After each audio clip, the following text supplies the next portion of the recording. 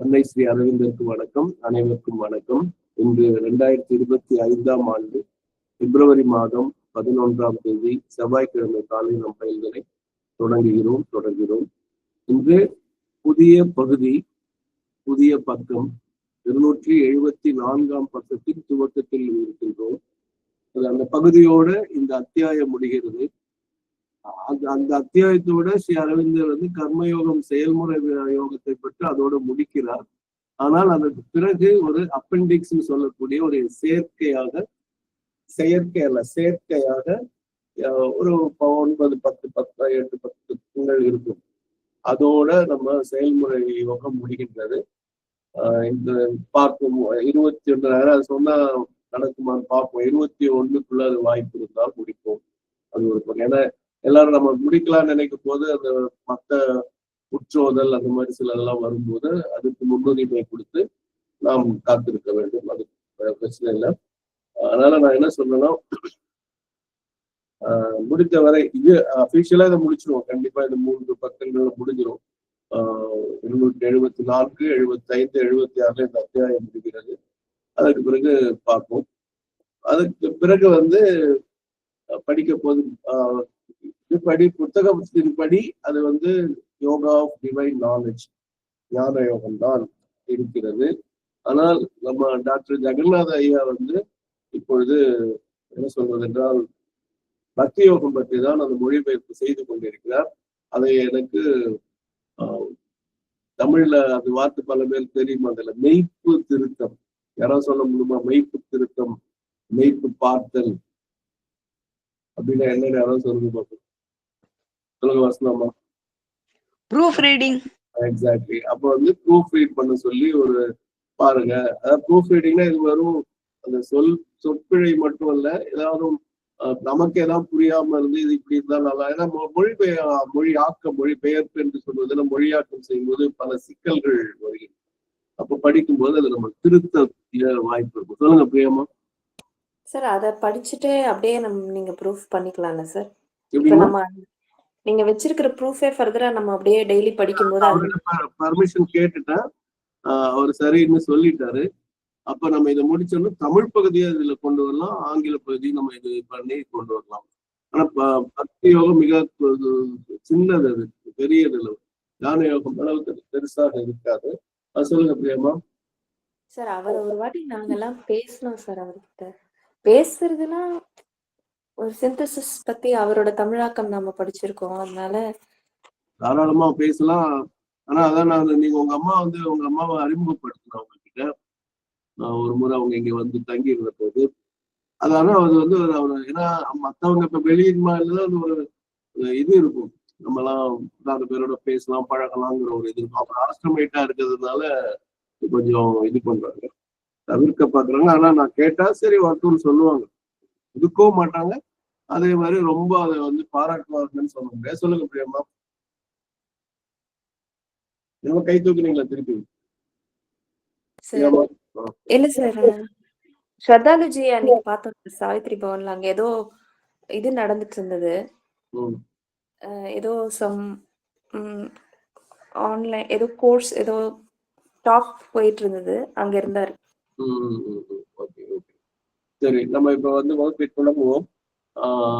இது 274ஆம் பக்கம் துவக்கத்துல இருக்கும். அதாவது 273 முடிகின்றது. 274ஆம் பக்கம் துவங்குகிறது. புதிய பகுதி அதோட அத்தியாயம் முடிகின்றது.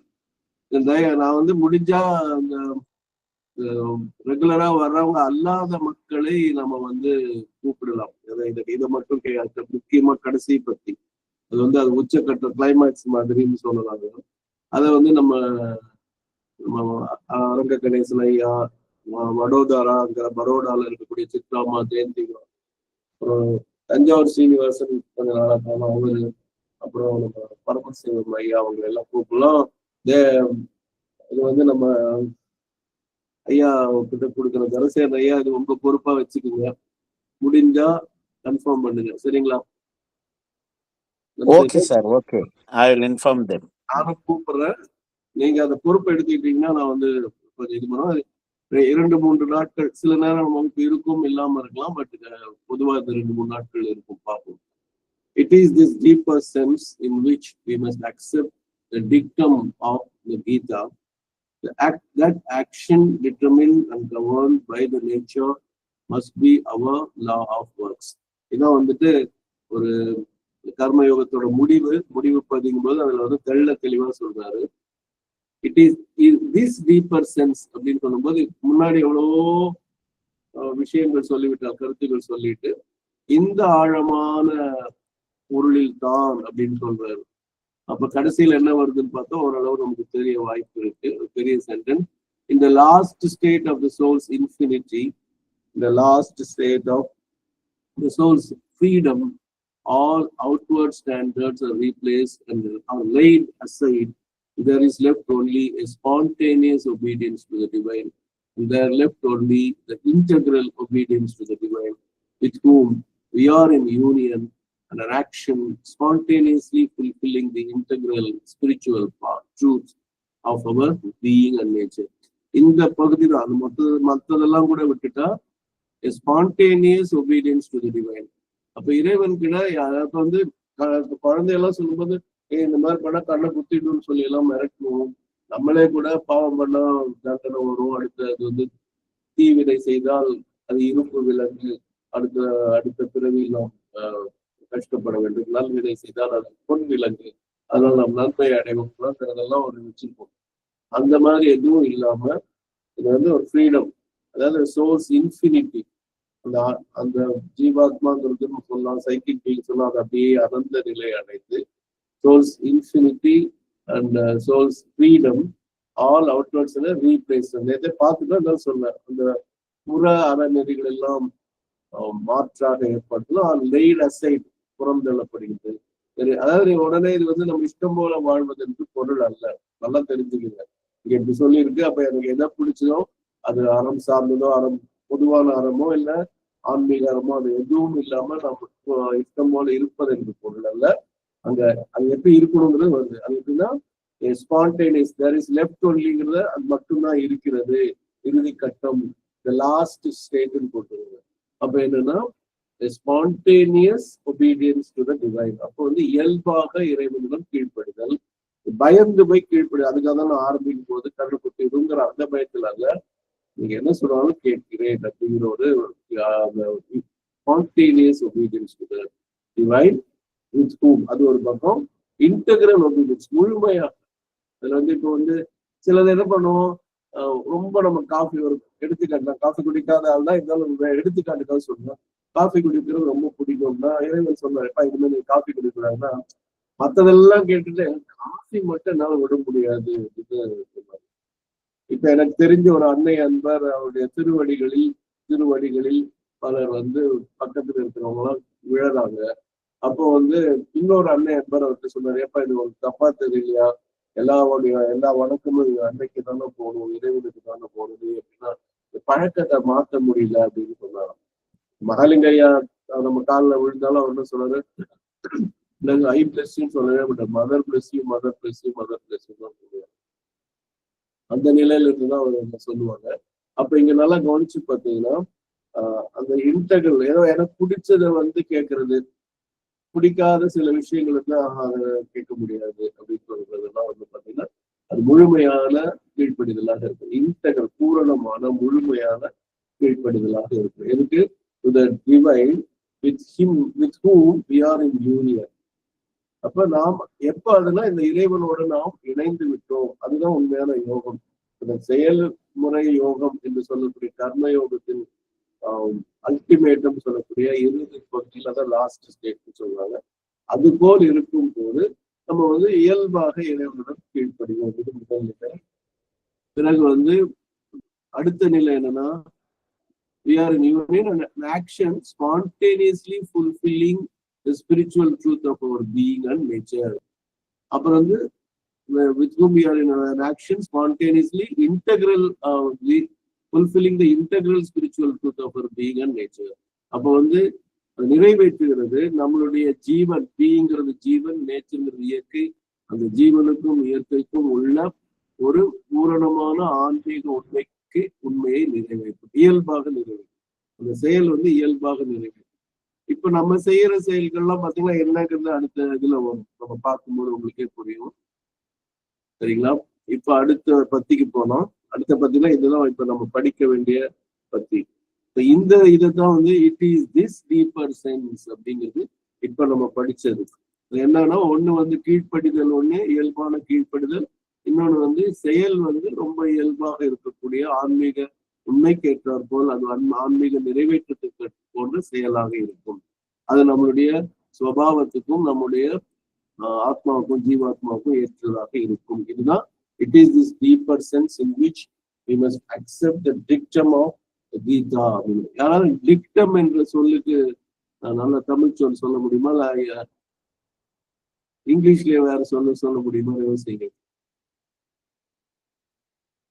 சொல்லுங்க. கட்டளை. வேற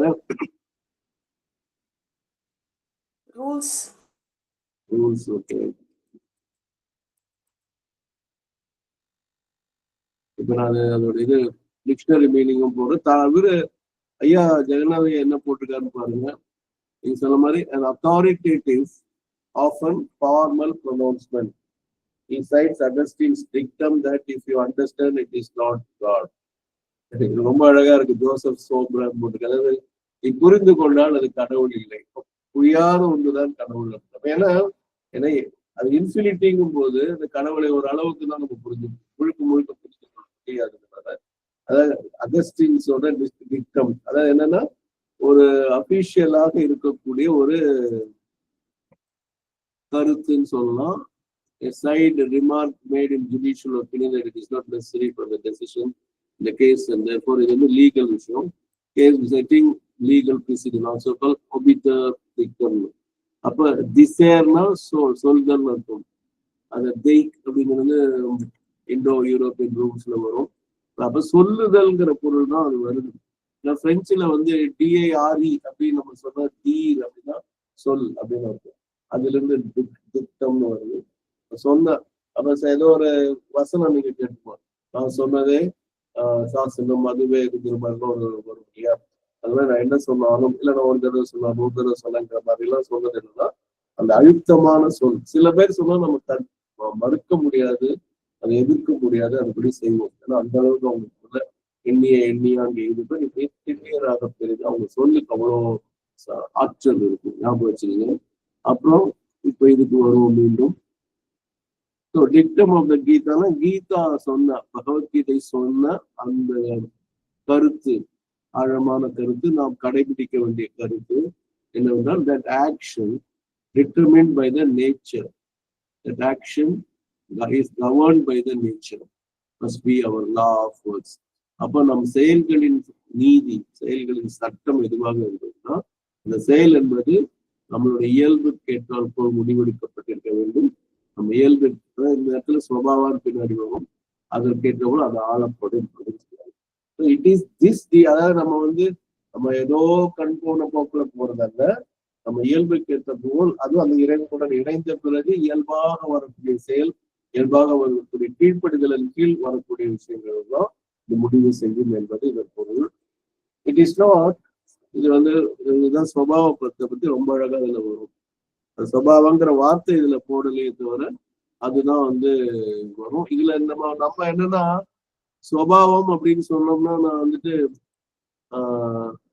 கோவிச்சுக்கிறது அவன் சுபாவம்ப்பா, பயப்படுறது அவனோட சுபாவம்ப்பா, செய்யறேன்னு சொல்லிட்டு செய்யாம இருக்கிறது அவனோட சுபாவம்ப்பா, தள்ளி போடுறது அவன் சுபாவம்ப்பா, இதெல்லாம் நம்ம அவன் சுபாவம்ப்பா விட்டு அவனுக்கு நம்ப முடியாது அப்படின்னு சொல்லுவோம் இல்லையா? இதெல்லாம் பொதுவான கருத்து, வைட்டல் பேஸ்டா இருக்கும். அது அல்ல. நல்லா புரிஞ்சுக்கலாம். நம்ம குணம் என்று சொல்லுவோம் இல்லையா? சுபாவம், அவனுடைய சுபாவமே அப்படிதான், ஏன் போய் சொல்லிட்டு அப்படின்னு சொல்லுவோம் இல்லையா? அது அல்ல. இது ஒரு குடிப்பழக்கம் இல்லை ஆகாத பழக்கம் ஏதாவது அவன் அந்த சுபாவத்துல இருக்க அவன்கிட்ட போய் யார் திருப்பதியை விட்டுருங்க அப்படின்னு சொல்றதெல்லாம் கிடையாது. அதனால புரிஞ்சுக்கணும். இங்க ஸ்வபாவம் அப்படிங்கிறது இப்ப வரும்.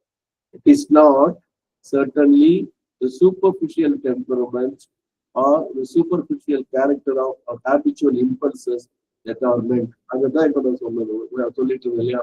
அவன் சுபாவம் நம்ம தமிழ்ல சொல்லக்கூடிய முக்கியமான விஷயம் என்னன்னா அது குணம். அது வந்து பாத்தீங்கன்னா சூப்பர்ஃபிஷியல் டெம்பரமெண்ட், கோபமா இருக்கிறது, பயந்து போயிருக்கிறது, சொல்லாதீங்க சொல்றது, ரொம்ப எப்ப பார்த்தாலும் கோச்சிட்டே இருக்கிறது, இல்லாட்டி அவங்களா இழுத்து போட்டு எடுத்து செய்யறது, நிறைய விஷயம் கேரக்டர்ஸ் ஸ்டடி பண்ணோம்னா சைக்கலாஜிக்கலா நிறைய கேரக்டர்ஸ் பார்க்கலாம். அப்போ இந்த superficial temperament not it is not சர்டன்லிங்கிற ஒரு அது அல்ல, இவையெல்லாம் அல்லன்னு சொல்லி அது not superficial temperament, not the character, not the habitual impulse. Character தான் நம்ம வந்து தமிழ் மக்கள் சுபாவம் அப்படிங்கிறது அப்படிதான் சொல்லுவாங்க.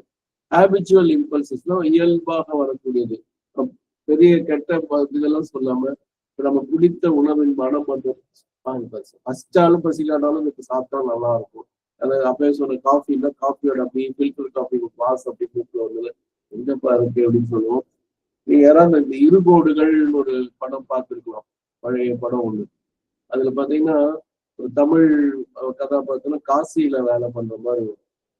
காசியில வரும்போது நல்ல காஃபியே கிடைக்கல, நாக்கே செத்து போச்சு, இந்த நல்ல காஃபி கிடைக்குமா அப்படின்னு கிடைக்கும் போது அந்த அந்த கதாநாயகனும் 2 கதாநாயகனும் ஒரு கதாநாயகியில ஜெமினி கணேசன் சௌகார்தானையும் பாக்குற போது காஃபி கிடைக்குமான்னு துவைக்கும் போது காதுல விழணும்னே சொல்லி அம்மா காஃபின்னா ஹிந்தியில வந்து நீ பேசுற ஹிந்தி எனக்கு இல்ல, நான் பேசுற தமிழ் உனக்கு இல்ல, என்னதான் பண்றதுன்னு அவர் ரொம்ப கட்டும்போது அவர் தமிழ்ல பேசுறது கேட்டோன்னு வந்தாங்க.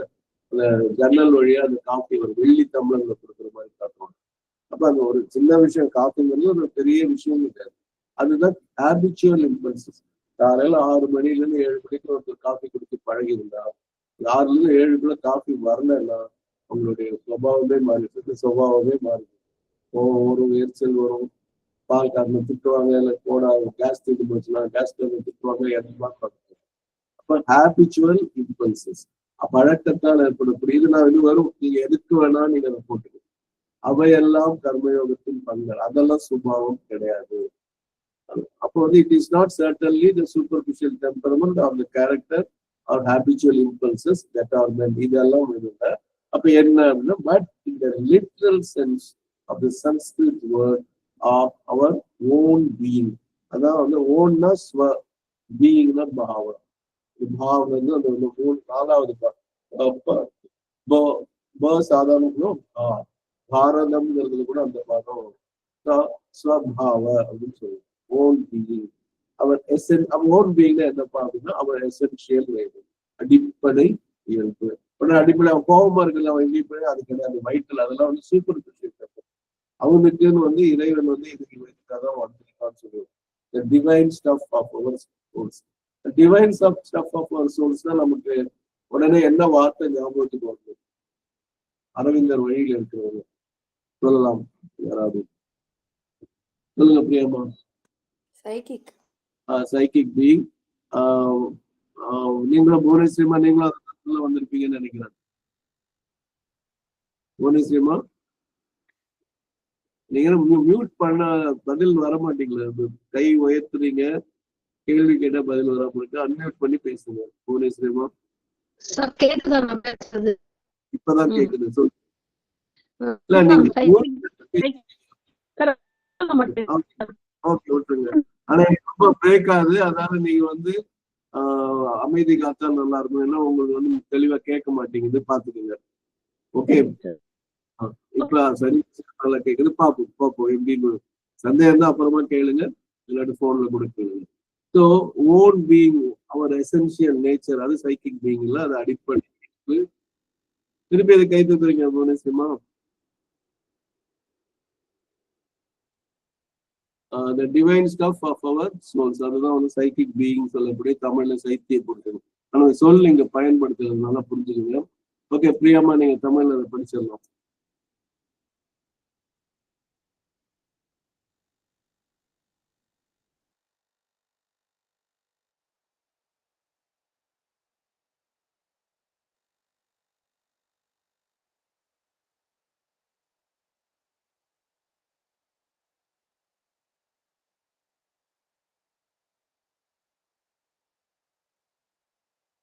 நான் தான் படிக்கணுமா மிஸ்ஸே? நீங்க தான்.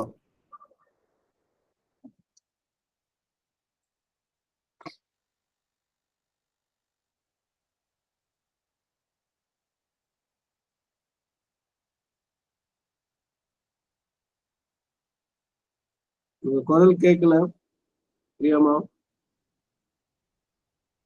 சாரி சார், மியூட் பண்ணிட்டே படிச்சுட்டு இருக்கேன், மன்னிக்கணும். யோக முறைகளின் ஒருங்கிணைப்பு தெய்வீக செயல், பக்கம் 436, 2வது பத்தி. நம் இயல்பால் தீர்மானிக்கப்பட்டு நடத்தப்படும் இயக்கமே நம் செயலின் நியதியாக இருக்க வேண்டும் என்னும் கீதையின் அறிவுரையை நாம் இந்த ஆழ்ந்த அர்த்தத்தில் ஏற்க வேண்டும். அப்படியே ஸ்டாப். அந்த டிக்டம் இருக்கு, அறிவுரைன்னு போட்டுருக்கோம்.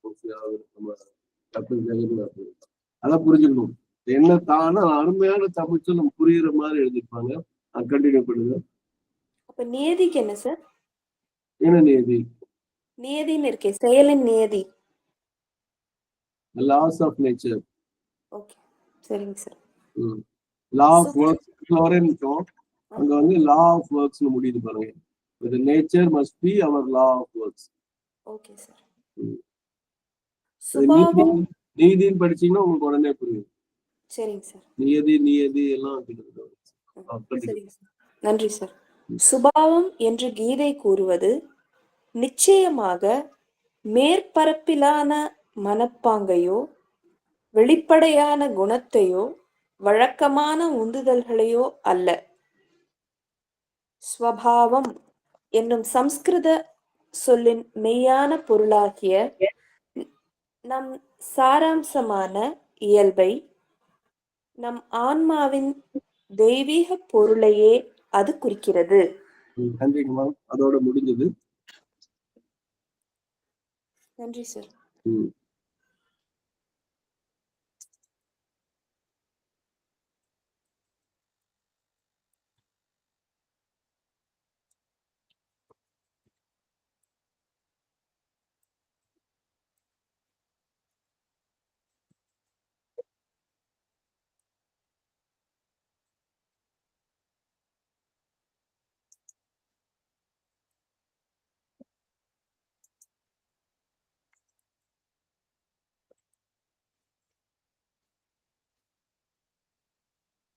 Whatever springs from the root, from this root, or flows from these sources is profound, essential, right. The rest, opinions, impulses, habits, desires, may be merely surface formations or casual vagaries of the being or impositions from outside. Whatever springs from this root, whatever flows from these sources. அப்ப நான் கேள்வி, இந்த ரூட்ங்கிறது இப்ப எதை குறிக்கிறாங்கன்னு யாராவது வந்து சொல்லுவோம். What is that root? What are these sources? சொன்னீங்கன்னா அடுத்து வருது நல்லா புரியும். அதான் அடிப்படை. வேகமாக பதில் சொல்லுங்கள், தயவு கூர்ந்து வேகமாக பதில் சொல்லுங்கள். சொல்லுங்க பிரியமா. சார் இதுவா இருக்கலாம். ரூட் வந்து சைக்கிக்கு, சோர்சஸ் வந்து அதிமனம். அதிமனம் எல்லாம் இங்க கிடையாது, ஏன்னா அதை பத்தி எல்லாம் இங்க பேசல. இங்க என்னன்னு கேட்டீங்கன்னா, அந்த essential nature, the divine stuff, அதான் சுபாவம் தான். அந்த சுபாவத்துல அடிப்படை சாராம்சமான இயற்கைன்னு சொல்லலாம், அடிப்படை இயற்கைன்னு சொல்லலாம். இந்த டிவைன் ஸ்டஃப்ங்கிறது வந்து சைத்திய புருஷன் சொல்லலாம். அது அந்த வேரிலிருந்து எது ஊற்றெடுத்து வருகிறதோ, அதில் அந்த அந்த அடிப்படைகள்ல இருந்து ஆழமான அதுல இருந்து அதுல இருந்து எது பொழிகிறதோ அவையெல்லாம் ஆழமானவை, அடிப்படையானவை, சரியானவை. அந்த 3 வார்த்தையை பிடிச்சிக்கோங்க. Profound, essential, right. இப்போ ப்ரொஃபவுண்ட்னா ஆழமா இருக்கிறது, எசென்ஷியல்னா அடிப்படை சாரமாக இருக்கிறது, ரைட் சரியாக. இது சரிங்கிறது தெரியாதனாலதான் நம்ம செய்யற வேலையில எல்லாம் நிறைய கோளாறுகள். ஏன்னா அது நம்ம வந்து அது ஏன்னா அது என்னன்னு பின்னாடி வருது. So whatever springs from this root or flows from these sources is profound, essential, right. இது அந்த இதோட. ஆனா அந்த ரெஸ்ட் மத்த இப்ப நம்ம பண்ணிட்டு இருக்கிறதா ரெஸ்ட். ஒப்பீனியன்ஸ், கருத்துக்கள் வச்சிருப்போம். இந்த கருத்துக்கள் என்ன வேணா இருக்கலாம். இம்பல்சஸ், ஒரு தூண்டுதல்களா இருக்கலாம். ஹேபிட்ஸ், பழக்கங்களாக இருக்கலாம். டிசையர்ஸ், ஆசைகளாக இருக்கலாம். இந்த 4ஐயும் போட்டுட்டு என்ன சொல்லுங்க, the rest may be merely surface formations, மேலாப்புல வரக்கூடிய உருவாக்கங்கள், are casual vagaries of the being. இந்த பீயிங் வந்து சாதாரண பீயிங், அது ரொம்ப சைக்கிக் பீயிங் கிடையாது. சாதாரண வைட்டல் பீயிங்கா இருக்கலாம், மென்டல் பீயிங்கா இருக்கலாம், பிசிக்கல் பீயிங்லாம். அது கேஷுவல் வேகரிஸ். அந்த வேகரிஸ்ங்கிற வார்த்தைக்கு என்ன பொருள் பார்த்தீங்கன்னா, அது இஷ்டம் போல அது மனம் போன போக்குன்னு படிக்கலாம். மனம் போன போக்கிலே மனிதன் போகலாமான்னு வரிகள் கேட்டுருக்கீங்களா? மனம் போன போக்கு அல்ல, இங்க வந்து பிராணம் போன போக்கில் அல்ல உடல் போன போக்கில் அப்படின்னு சொல்லக்கூடியது. And unpredictable development or a change, unpredictable change or change of circumstances. எப்ப என்ன ஆகும் தெரியாது. அதுதான் வந்துட்டு வேகரி அப்படின்னு. கேஷுவல்னா அந்த திடீர்னு நடக்கிறதுன்னு உங்களுக்கு. அப்போ casual vagaries of the being. அப்ப அந்த ஜீவனுடைய ஒரு இஷ்டம் போல நடக்கிறது ஆர் இம்போசிஷன்ஸ் ஃப்ரம் அவுட் சைட். இப்போ நம்ம அந்த டீட்டெயில்ஸ் போவேன்னா, திருப்பரங்குன்றம் இந்த காலகட்டத்துல திருப்பரங்குன்றத்துல ஒரு விஷயம் அதுக்கு சொன்னாங்களா, பேசு பொருளாக இருக்கிறது. கீழே முருகன் கோவில் இருக்கு, மலை மேல ஒரு தர்கா இருக்கு, அங்க வந்து அசைவ உணவு சாப்பிட்டாங்க, இல்ல பலி கொடுக்குறாங்க, அது வேண்டும் வேண்டாம் அப்படின்லாம் சொல்லி அது பெரிய ஒரு இதா பேசிட்டு இருக்காங்க. இது வந்து அந்த இம்போசிஷன் நமக்கு வந்து நம்ம வந்து சாதாரண நிலையில இருந்தா ஒரு பக்கம் சாயும், ஏதாவது ஒரு பக்கம் சாயும், இது சரி அது சரிங்கிறதுக்கு போகும். அதுதான் அது வந்து அதப்படி செயல் அதுக்கேற்ற செயல் செய்யும்போது அது சுபாவத்தில் இல்லை, அது வெளியில இருக்கு. இது வந்து இன்றைக்கு சூழ்நிலைக்கு நான் சொல்றேன். இல்ல நீங்க ஏதோ ஒரு தொலைக்காட்சி நிகழ்ச்சி பார்த்துட்டு இருக்கீங்க, அதுல ஏதோ ஒரு விளம்பரம் வருது, இது வரைக்கும் நம்ம இது வரைக்கும் பார்க்காத ஒன்று. ஒரு எடுத்துக்காட்டாக சொன்னா, கொசுல இருந்து முழு விடுதலை, அது வந்து விஷமான ஒரு ஊதுபத்தி அல்ல, அந்த அடிக்கிற டென்னிஸ் ராக்கெட் மாதிரி அடிக்கக்கூடிய ஒரு பேட் கிடையாதுன்னு சொல்லிட்டு என்ன சொல்லுவாங்க, இப்படி ஒரு விஷயம்னு சொல்லி என்ன சொல்லுவாங்க, அப்பா கொசு பிச்சு பிடுங்குது, நம்ம இதை வாங்கலாம்னு சொல்லும் போது அது நம்ம மேல் திரிக்கப்படுகிறது. புரியுதுங்களா? இல்ல பணக்கார ஒருத்தர் வந்து பல செலவு பண்ணி ஒரு பெரிய கல்யாணம் பண்றோம், பெரிய கோடீஸ்வரர் பல கோடிக்கு காண்டி போயிருந்தா, அதை பார்த்துட்டு மாசம் ஒரு 10,000 1 லட்சம் வர்றவங்க அதே மாதிரி செய்யும் போது அவன் கடல் பட்டு திண்டாடுவோம். அப்ப அதுவும் வந்து ஒரு இம்போசிஷன் ஆகும். இது நிறைய சொல்லணும், நிறைய சொல்லிட்டே போகலாம். சரிங்களா? So whatever springs from this root or flows from these sources is profound, essential, right. The rest, opinions, impulses, habits, desires may be merely surface formation or casual vagaries of the being or impositions from நம்ம திணிக்கப்படும் imposition from outside. பல விஷயங்கள் கருத்துக்களே நம்ம உருவாக்குவோம், செயல்படுவோம், எரிச்சல் பண்ணுவோம். சில பேர் அப்படியே இந்த திருப்பரங்குன்றத்துல யார் பக்கம் இருக்காங்களோ அது எதிர்பக்க செயல்களை பார்த்து அவங்க அப்படி ரத்தம் எல்லாம் கொடுக்குது, இப்படி பண்ணலாம் அப்படி பண்ணலாம்னு சொல்லி ரெண்டு பக்கமுமே நினைப்பாங்க. அன்னை சொன்னாங்க, எப்ப தகராறு ரகலைன்னு வந்தா தவறு என்பது இருபக்கமும் இருக்கும்னு அழகா சொல்லுவாங்க. அதனால நம்ம வந்து அந்த டீட்டெயில்ஸ் போனா அந்த அரசியல் மத அரசியல் எல்லாமே இருக்கு. நம்ம ஆனா நான் என்ன சொல்றேன்னா, ஒரு விஷயம் நம்ம மேல் திணிக்கப்படுகிறது, அதை பார்த்தோம்னா போகும்.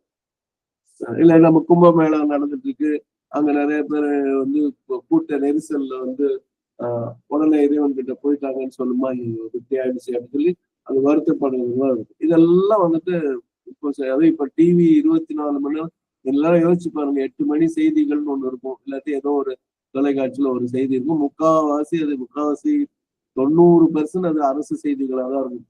இன்று எந்த விழா நடந்தது, அது சிறப்பு விழா நடந்தது, அப்படி நடந்தது இப்படி நடந்தது இருக்கும்.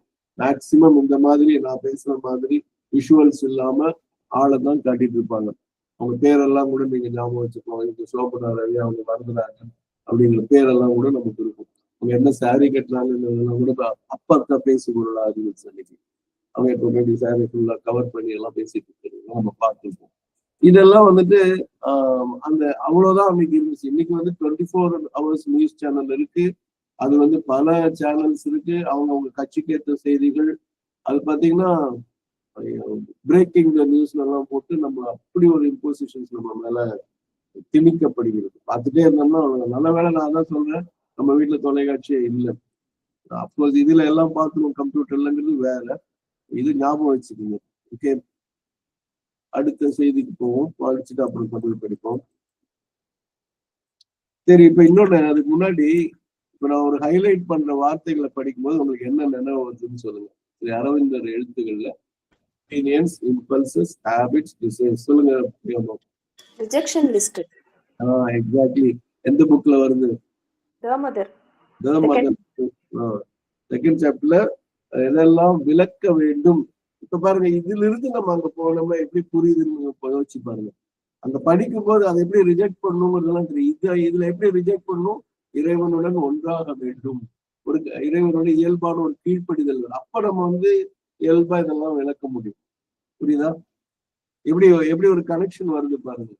அது படிக்கும்போது இதெல்லாம் ரிஜெக்ட் பண்ணுமானா நம்ம ரிஜெக்ட் பண்றோமான்னு கேட்டோம்னா, ஏன்னா நான் எது ஒப்பீனியன் தெரியாது, எது இம்பல்ஸ் தெரியாது, எது ஹேபிட் தெரியாது, டிசைர்னு தெரியலன்னா நீங்க எப்படி விளக்குவீங்க?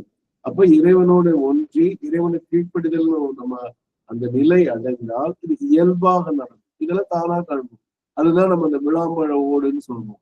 விளாம்பழ ஓடுல அந்த பழம் வந்து ஒட்டவே ஒட்டாது. கொஞ்சம் கூட அந்த உள்ளுக்குள்ள எவ்வளவு குழகுழப்பா அந்த மியூக்கஸ் மாதிரி இருந்தாலும் அந்த தோல் மேல அது படவே படாது. விட்டதடி ஆசை விளாம்பழ ஓட்ட போலன்னு சொன்னது நீங்க கேள்விப்பட்டிருப்பீங்க. அதுதான் அந்த ரிஜெக்ஷன் இயல்பாக வரும். ஆனா நம்ம வந்து கான்சியஸா இப்ப இக்னோரன்ஸ்ல இருக்கும்போது இதெல்லாம் ஒரு பட்டியல் போட்டிருக்காங்க, முடிஞ்ச வரைக்கும் இதெல்லாம் நம்ம விளக்க முயற்சி செய்வோம் அப்படின்னு சொல்றதுதான் அது. இப்போ அது அந்த தொடர்பு நல்லா இருக்கான்னு யாராவது ஒருத்தர் கருத்து சொல்லலாம். இதையும் அதையும் நினைத்து பார்த்தது. நீங்களும் வேற ஏதாவது சொல்லலாம், தாராளமாக சொல்லுங்கள்.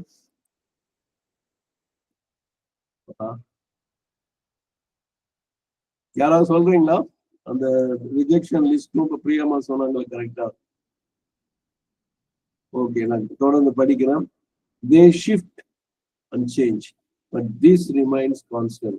They shiftனா ஒப்பீனியன்ஸ் மாறும், இம்பல்சஸ் மாறும், ஹேபிட்ஸ் மாறும், டிசைர்ஸ் மாறும்.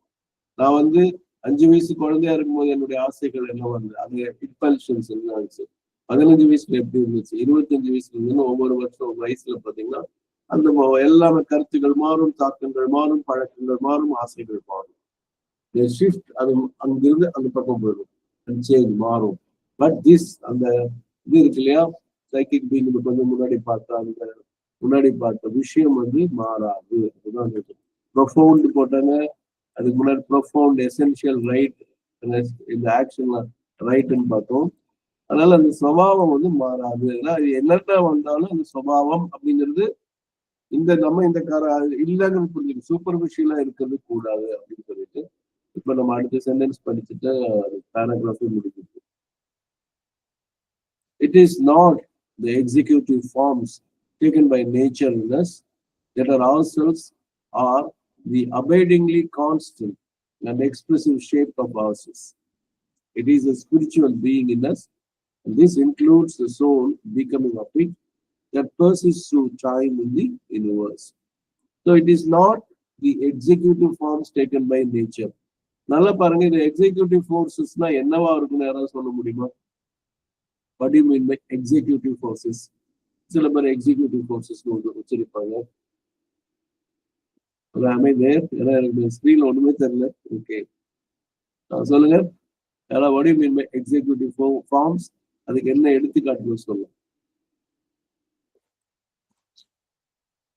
என்ன இந்த கேள்விகள் கேட்டா ரொம்ப அமைதியா இருக்கீங்க, ஏதாவது பதில் சொன்னீங்கன்னா நல்லா இருக்கும். சொல்லுங்க பிரியாமா. பிரகிருதியா? பிரகிருதி நேச்சர். அந்த பிரகிருதியோட எக்ஸிக்யூட்டிவ் ஃபார்ம்ஸ் அப்படின்னா என்ன?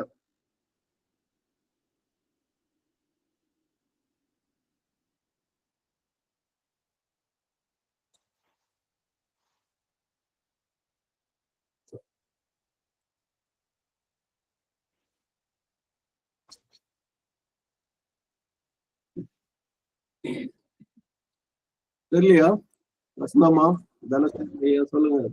சொல்லுங்க மணிசன் ஐயா, வாழ்க. அந்த இன்டராக்ஷன் தான் எதிர்பார்க்குது. நம்ம ஐம்புலங்கள் தான். அது ஒரு பக்கம். அது நம்ம கிட்ட இருக்கிறது மட்டும் அல்ல, புயல் எல்லாம் கூட அதோட இயற்கையின் செயல் தானே. தீ, நீர், அந்த மாதிரி ஐம்புலங்களையும் சொல்லலாம், நீங்க சொன்ன ஐம்புலன்களையும் சொல்லலாம். ஆனா அது வந்து புலன்கள் வந்து ரெஜிஸ்டர் தான் பண்ணும். நல்லா யோசிச்சுக்கோங்க. கண்ணுல பார்த்தோம்னா இந்த இப்படி இருக்குது பேனா அப்படின்னு ஒரு பேனான்னு தெரியுதா பாருங்க. பேனா பார்த்தோம்னா இது எழுதுமா எழுதாதா அப்படிங்கிற ஒரு இது வரை எழுதி பார்த்தா அது கருப்பு பேனாவா நீளமா சிவப்பாங்கிறதெல்லாம் எழுதி பார்த்தா தெரியும். ஆனா எக்ஸிக்யூட் பண்றதுங்கிறது செயல் செய்யக்கூடிய உருவங்கள். சொல்லுங்க பிரியமா. இப்ப அவர் கொடுத்த லீட்ல இருந்து mental, vital, பிசிக்கல்னு புரிஞ்சுக்கலாமா?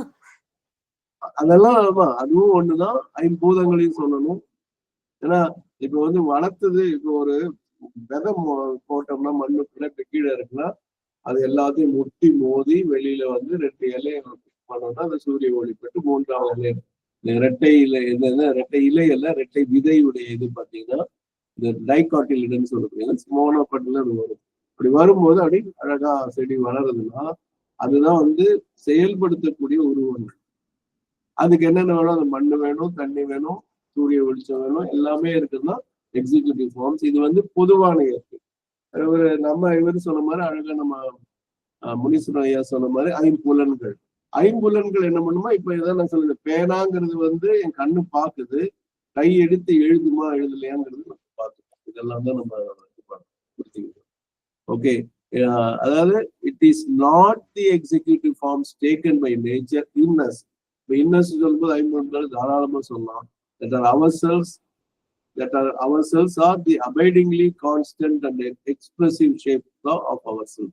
But it is not the executive forms taken by nature in us or ourselves that are ourselves. Either நாம நினைக்காதீங்க. Or abidingly na என்ன வார்த்தை மீனிங் சொல்லுவீங்க? What do you mean by abidingly? சொல்லுங்க. கீழ்ப்படிதல். I think பிரியமா உங்களுக்கு அடுத்து இனிமே என்ன சொல்லி போறேன், அடுத்து இன்னொருத்தர் வசனமா வந்தாங்கன்னா நெக்ஸ்ட் அவங்களுக்கு கொடுப்போம். வசனமான இல்ல, முனீஸ்வரனையோ யார் கை தூக்குறாங்களோ அவங்க, ஏன்னா நீங்க வந்து இன்னைக்கு நிறைய இன்டராக்ட் பண்ணீங்க, உங்களுக்கு நிறுத்த சொல்லல, மத்தவங்களுக்கும் வாய்ப்பு கொடுக்கணுங்கிறத சொல்ல கோச்சிக்காதீங்க. வசனமா சொல்லுங்க. பைண்டிங். பைண்டிங். ஓகே, ஆக்சுவலா அபைடிங் பாத்தீங்கன்னா lasting for a long time, ரொம்ப நாள் உழைக்கும் நம்ம சொல்றோம் இல்லைங்களா, அபைடிங் லவ் ஆஃப் மியூசிக். அப்ப அந்த இசை மேல இருக்கக்கூடிய அன்பு, அந்த ஈர்ப்பு தொடர்ந்து வளர்ந்து கொண்டே இருக்கும், நீடித்து கொண்டே இருக்கும். நேற்று எனக்கு இசை பிடிச்சி, இன்னைக்கு எனக்கு இசை பிடிக்கலன்னு சொல்ல, அதுதான் அபைடிங்.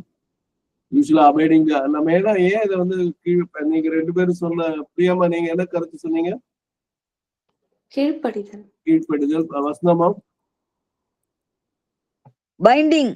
பைண்டிங். அப்ப கட்டுப்படுத்துதுங்க. 2மே இல்லாம இது வந்து தாங்க நெடுநாள் உழைக்கக்கூடிய அபைடிங் அப்படிங்கும்போது, ஆனா அபைடிங் லா அப்படின்னா அது நீடித்து இருக்கக்கூடிய சட்டம். ஏன்னா நேற்று ஒரு சட்டம், இன்னைக்கு ஒரு சட்டம் இல்லை, புரியுதுங்களா? அது சட்டம் மாறிட்டே இருக்கும். இப்போ பலதாரம்ங்கிறது ஒரு காலத்துல பாலிகமின்னு இங்கிலீஷ்ல சொல்லுவாங்க, POLYGAMY. பாலிகமின்னா பல பெண்களை மணத்தல். அது ஒரு காலத்துல ஏற்புடைய சட்டமா இருந்தது. அப்புறம் வந்து ஒரே பத்தினி, ஏக பத்தினிங்கிற மாதிரி ஒரு தாரம் ஒரே ஒரு மனைவி தான் மணக்க வேண்டும் என்பது இந்து சட்டப்படி இருக்கு. இதெல்லாம் வந்து அபைடிங் சொல்ல முடியும், மாறிக்கொண்டிருக்கிறது. அப்கோர்ஸ் அது 100 வருஷமா இருக்கலாம், 1000 வருஷமா இருக்கலாம், அது ஒரு வேற விஷயம். சரி, இப்ப என்னன்னா that are abidingly constant and expressive. பாத்தீங்கன்னா சொல்லுங்க, யார் கை தூக்குனீங்க? சாரி, நான் தான் சார். அபைடிங்க்கு தமிழ் சொல். நீங்க மொழிபெயர்ப்பு படிக்கிறீங்களா? 7 தடவை படிக்கும்போது கூடவே மொழிபெயர்ப்பு படிச்சுட்டு நல்லா இருக்கும். ஓகே, நான் படிக்கிறேன். ஆசைகள், பழக்கங்கள், உதவிகள், அபிப்பிராயங்கள். ஓகே, மேல்வாரியான வெறும் மேல்வாரியான அமைப்புகள் அல்லது ஜீவனும் இதுதானே 436 நம்ம பக்கம். ஆமா சார். ஓகே, காலங்காலம் நினைத்திருப்பது பிரகிருதி தன் இயக்கத்தில் நம்ம உருவாக்கியுள்ள அமைப்புகள் அல்ல. நீங்க கேட்ட கேள்வி என்ன? அபைடிங் தமிழ் சொல். நீடித்து வெளிப்படும் வடிவங்கள் அல்ல. அழகான சொல் கேட்கும். அபைடிங் அவர் என்ன சொல்றாரு? நீடித்து வெளிப்படும் சொல் அல்ல, எக்ஸ்பிரசிவ். அந்த கான்ஸ்டன்ட் அண்ட் எக்ஸ்பிரசிவ்ங்கிற வார்த்தையை அவர் என்ன மாதிரி பண்ணியிருக்காருன்னா, நம்மை பிரகிருதியில் நம்மை நீடித்து வெளிப்படுத்தும் வடிவங்கள் அல்ல. அந்த நீடித்து அந்த அண்டுக்கு வந்து மட்டும் போடாம நீடித்து வெளிப்படும் வடிவங்கள் அல்ல. புரியுதுங்களா? நம் ஆன்மீக ஜீவன் தான் அவ்வாறு நிலைத்திருப்பதாகும். ஆன்மீக வெளிப்பாடும் இந்த ஆன்மீக ஜீவனில் ஓர் அம்சமாகும். It is not the executive forms taken by the nature in us that are ourselves or the abidingly constant and expressive shape of ourselves. அதெல்லாம் நம்மளுடைய சுபாவம் எடுத்துக்காதீங்க. அப்ப எது வந்து சுபாவம்னா, it is the spiritual being in us, or the psychic being, Jivatma, and this includes the soul becoming of it. The becoming of it 100% psychic being தான். that persists through time in the universe. காலகாலமாக அது வந்து இந்த பிரபஞ்சத்தில் இருக்கிறது அப்படின்னு சொல்றாரு. Okay, இப்ப வந்து தமிழ்ல படிச்சிடலாம். உங்களுக்கு அடுத்தது பிரியாமாவுக்கு அடுத்தது வந்து முனீஸ்வரன் ஐயா தமிழ்ல படிச்சிருக்கீங்களா? உங்களுக்கு அவசரமா போக வேண்டியது இல்லை. பாக்கியலட்சுமி அம்மா சொல்லுங்கம்மா. சார் அவங்க புவனேஸ்வரி அம்மா படிச்சதுக்கு அப்புறம் பாத்தீங்கன்னா சித்ராமா, தனசேகரன் சார் இவங்கெல்லாம் விட்டுட்டு பிரியாமாவை சொல்லிட்டீங்க. இல்ல நான் பேசும்போது ஆரம்பிக்கும் போது அவங்க எல்லாம் இல்ல. சித்ராமா யாரு? சித்ராமா எனக்கு பம்மல் சித்ராவா சார்? பம்மல் சித்ரா இப்ப அவங்க வெளிநாட்டுல எங்கேயோ இருக்காங்க. அவங்க கொஞ்ச நாள் வரக்கூடிய வாய்ப்புகள் குறைவு. சரி, அப்போ இந்த அல்பபெட் தனசேகரன் ஐயா படிக்கலாம். நன்றிங்க. Okay okay sir. ஓகே.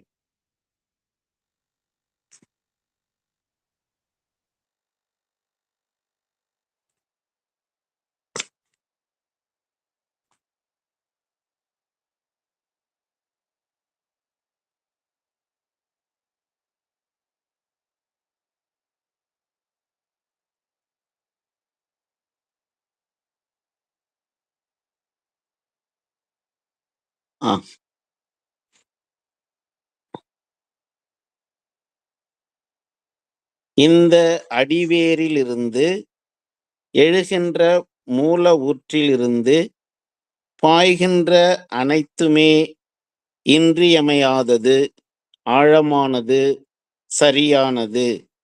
ஆசைகள், பழக்கங்கள், உந்துதல்கள், அபிப்பிராயங்கள் போன்ற மற்றவை எல்லாம் வெறும் மேல்வாரியான அமைப்புகள் அல்லது ஜீவனின் தற்செயலான தடுமாற்றங்கள் அல்லது வெளியிலிருந்து சுமத்தப்படும் சுமையாகும். அவை வேறுபடுகின்றன, மாறுகின்றன, ஆனால் சுபாவம் நிலைத்திருப்பதாகும். பிரபஞ்சத்தில் காலம் காலமாக நிலைத்திருப்பது பிரகிருதி தன் இயக்கத்துக்காக நம்மில் உருவாக்கியுள்ள அமைப்புகள் அல்ல. பிரகிருதியில் நம்மை நீடித்து வெளிப்படுத்தும் வடிவங்கள் அல்ல. நம் ஆன்மீக ஜீவன்தான் அவ்வாறு நிலைத்திருப்பதாகும்.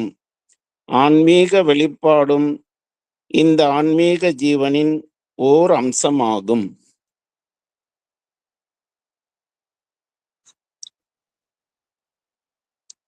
நன்றி தனசேகரன் ஐயா.